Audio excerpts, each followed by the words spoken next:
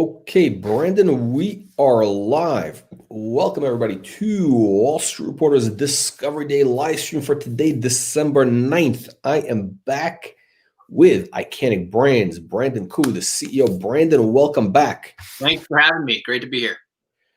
Brandon, we got a lot of fans here live talking about the huge news today. So let's kind of dive right into it. You announced the acquisition. You signed an LOI Yep. to acquire THC Engineering. So, explain to us what this deal is about. Why is this important? Yeah. It's a huge day for our company.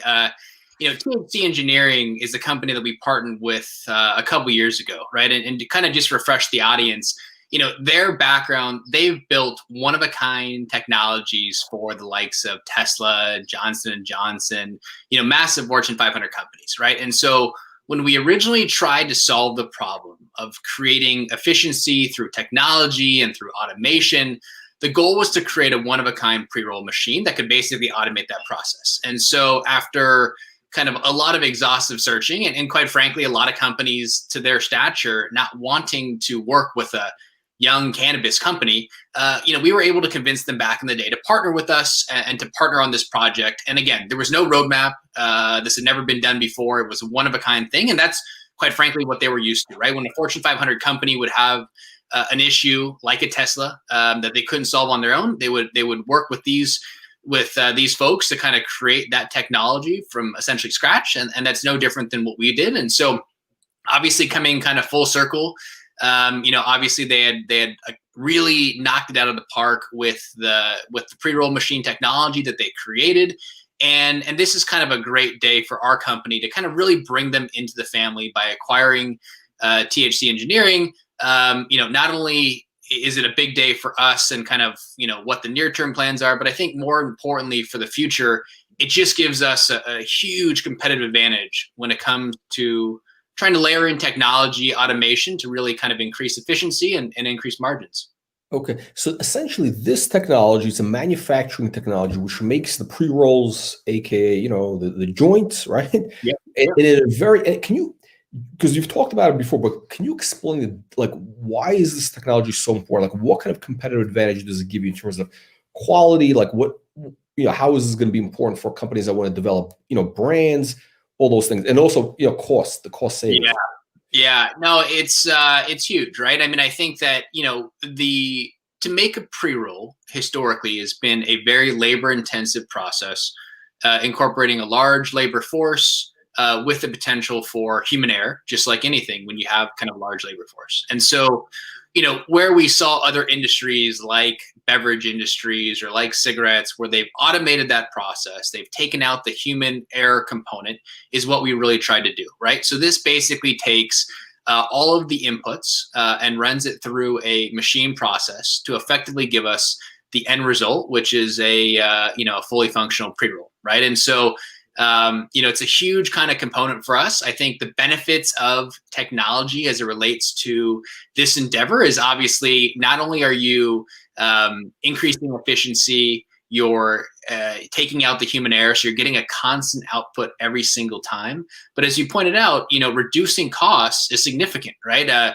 Labor is not getting any cheaper, and so that was a main driver for us, not only to ensure that we had the same quality every single time, but also to reduce the human capital component, right, which significantly decrease our costs. And the manufacturing component for pre-rolls is, in our cost of goods analysis, is the second largest input, right? So to decrease the second largest input significantly, even that alone was a huge win for us.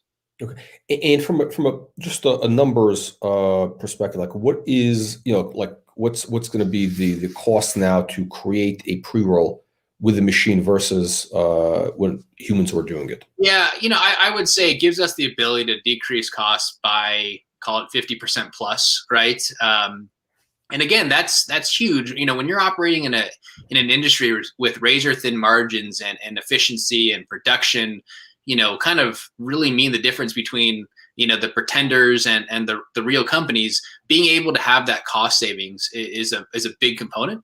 But I think also, in addition, as I mentioned, cost savings aside, this allows us to scale efficiently, right? As opposed to needing an army of people, we Right. can rely on very few and kind of leverage this technology.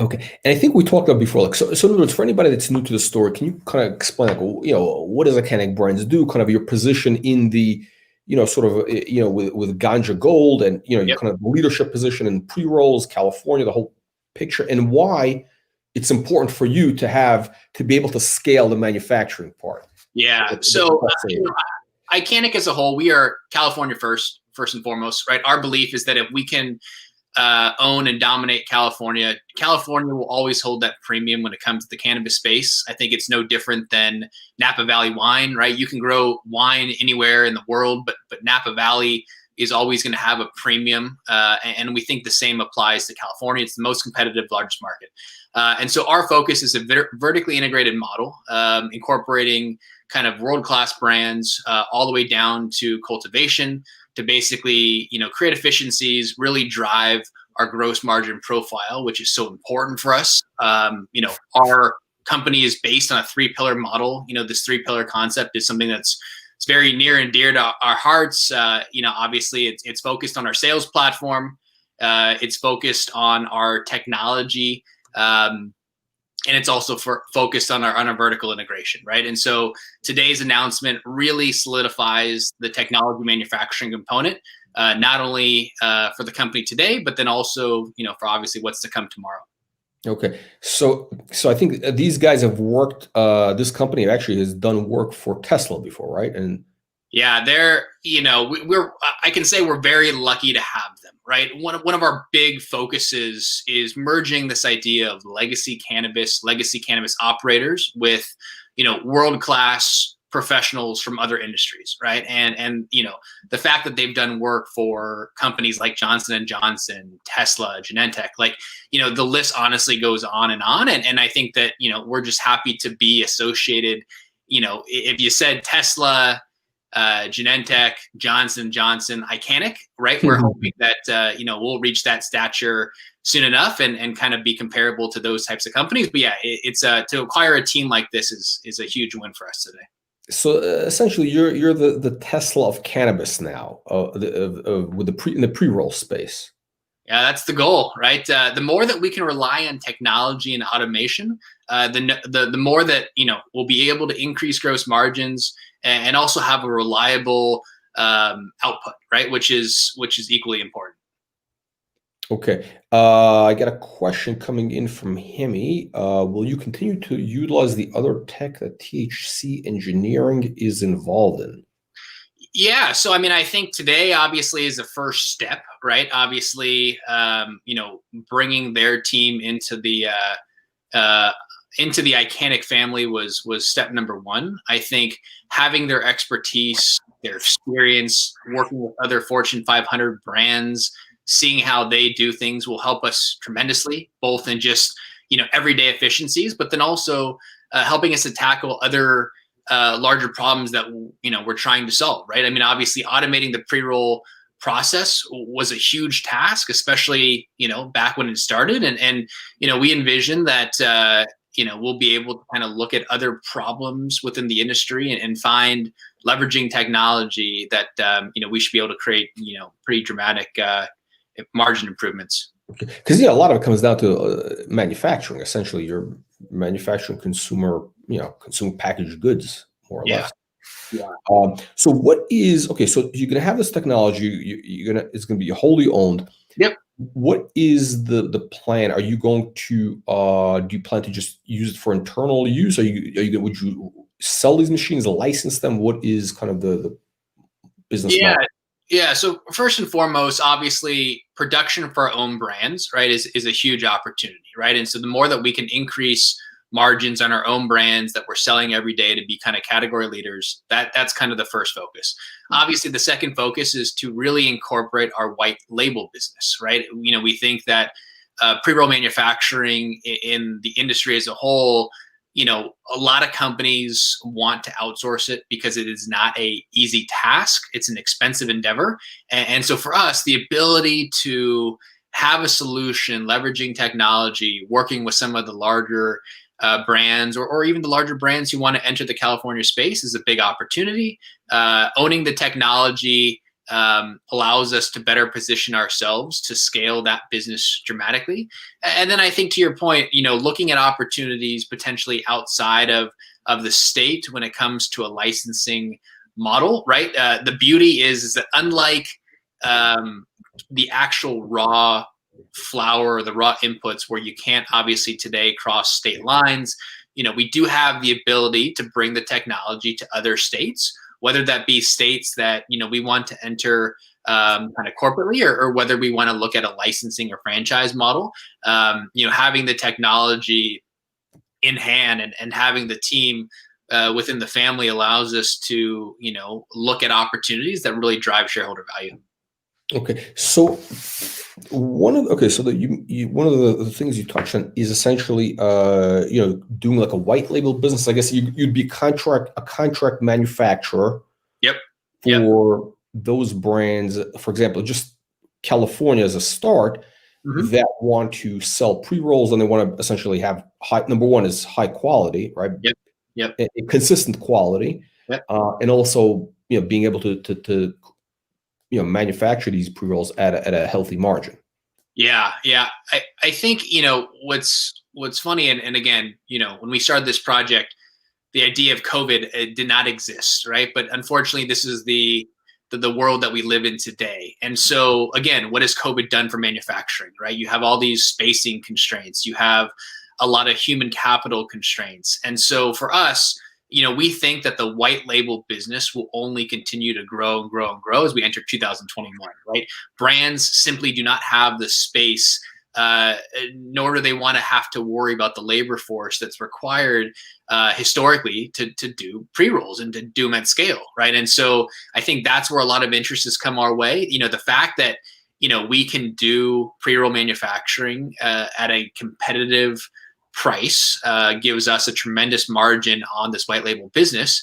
But then I think furthermore, at the end of the day, if you're a brand looking for a white label partner and that one is utilizing technology where you're getting that kind of the same consistent output time and time again, you're not having to rely on human capital, versus the other that, has a large labor force and, all the issues with COVID and kind of the human error, you're going to pick the technology user, I think, every time. And I think that's where we're going to position ourselves really well in 2021.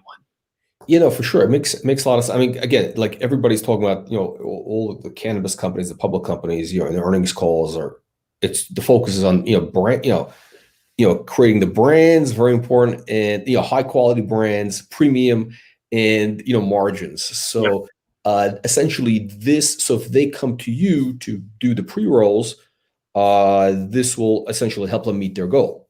Yeah. I think that like historically, when I think of white label businesses in other industries, you think very low margin, right? I think because of this technology allows us to drive a very healthy gross margin segment of our overall business, right? So we're not looking at kind of single digit margins. This should be a very healthy margin.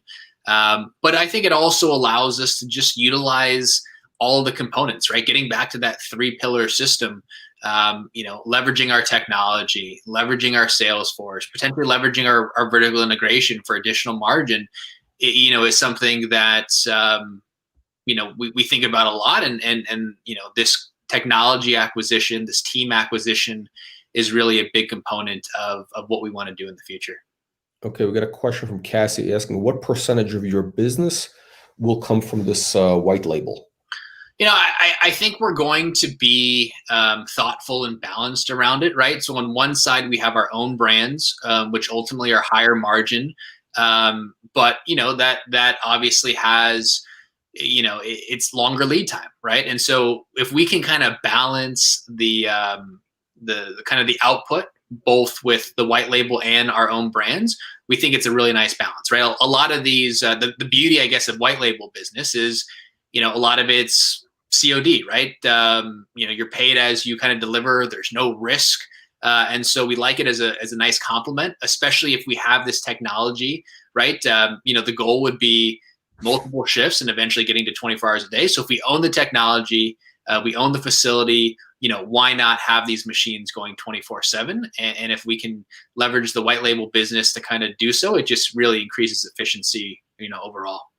Okay. So what can if you do the white label business, like how much, I guess the question is there a number you could so people could be able to kind of, I guess, model the revenue potential, like how much can you make per pre-roll, like what's the capacity, like I guess the question is, what kind of revenues will this generate for you over the next, let's call it next year and the year beyond, like where do you think you can scale up to? Yeah, I think the simple way to look at it, right, is that, we have a machine today that can currently do a machine rate of 1,000 units per hour, right? And so, you can think about how many, how many hours in a day, right? Obviously, we're bringing on our second machine, right, which should double the output. Not to say that we won't bring on additional machines, right? But if you think about, machine rate 1,000 per hour, number of hours a day, number of days a week, number of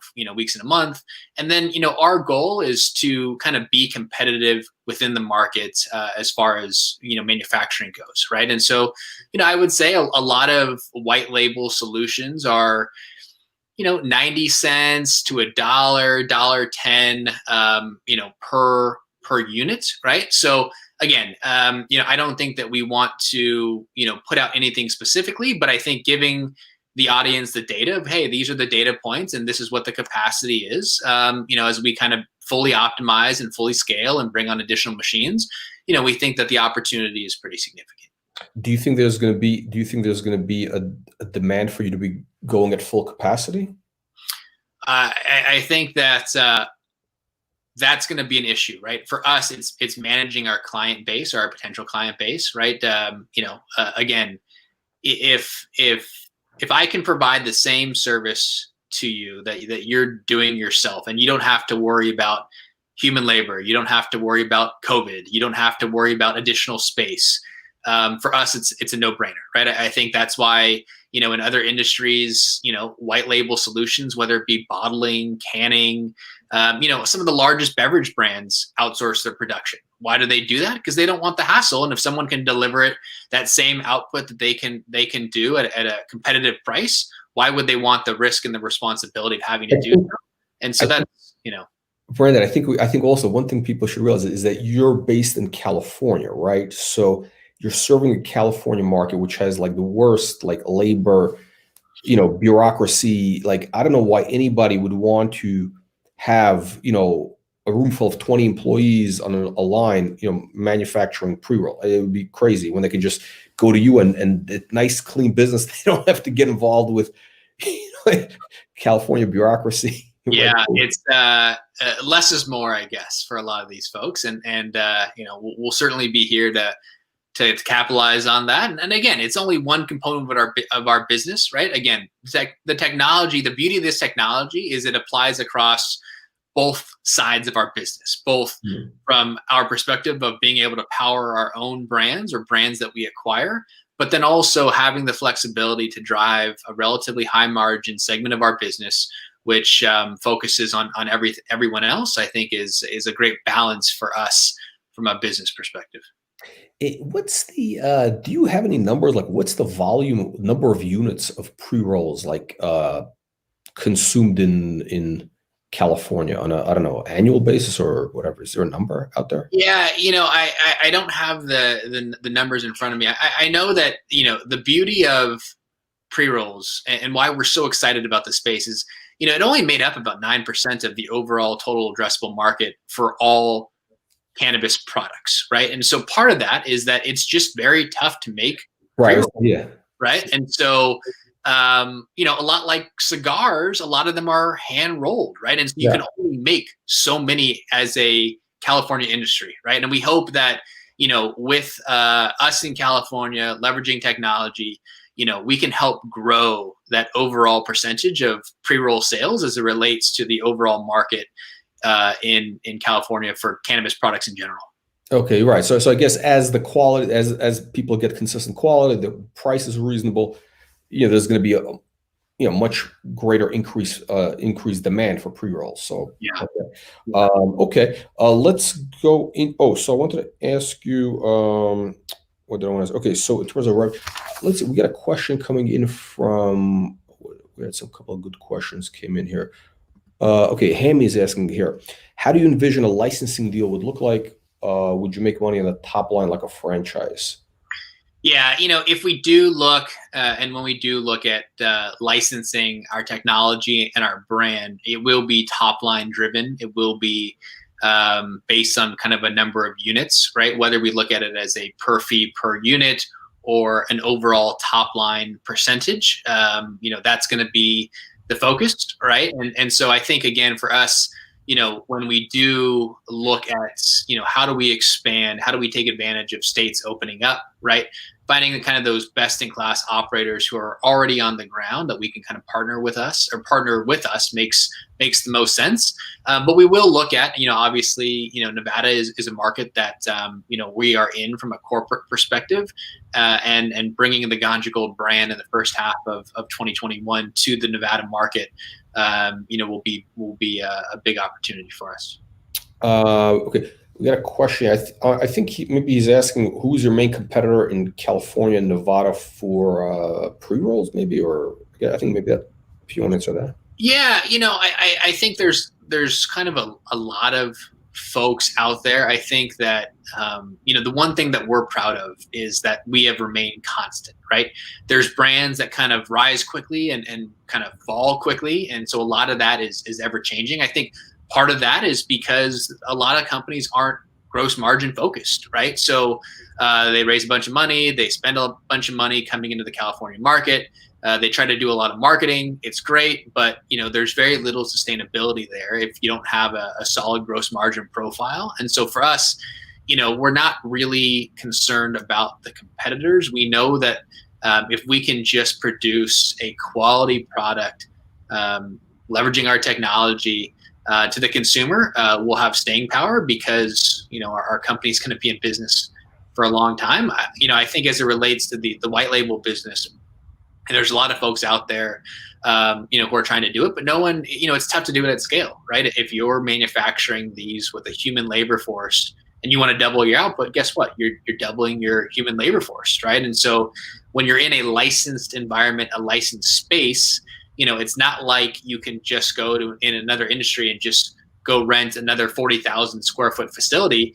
These all have to be licensed, right? So licensed space is very finite, which again further emphasizes the need for kind of compact technology. It's interesting. I mean, the more I think about it, it's like, because not only because the main thing I think people understand is obviously there's the cost savings, there's the consistency, but it solves such a huge problem for people, let's say in California. I mean, it's to have a labor force, you got to hire these people, train these people to make the pre-rolls, and the red tape, all that nonsense. It's just this is, I could envision. I don't know why anybody would not go to you to do the white label.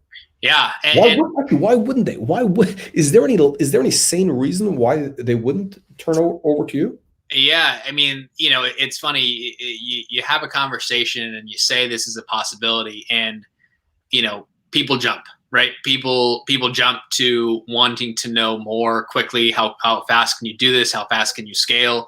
Again, it's a tough thing to manufacture, right? And so we don't really see reasons not to. Obviously, if you want to control your own labor force, you want to manage that responsibility, sure, you may have the large labor force, large square footage to want to do it yourself, right? But there's such a huge opportunity in California that no one person saying no 10 people, no 20 people saying no to us is going to dent our business, right? There are so many people that are looking to bring pre-rolls to the market, because I think at the end of the day, like cigarettes, right? Who rolls their own cigarettes today, right? Maybe back in the day when technology wasn't as good and the output wasn't great, people were doing so, but people want ease of use, but they do want ease of use when it comes to quality, right? You have to have a quality output, but assuming the quality of the output is the same, people are busy. They don't want to sit there and have to roll their own pre-roll. And so,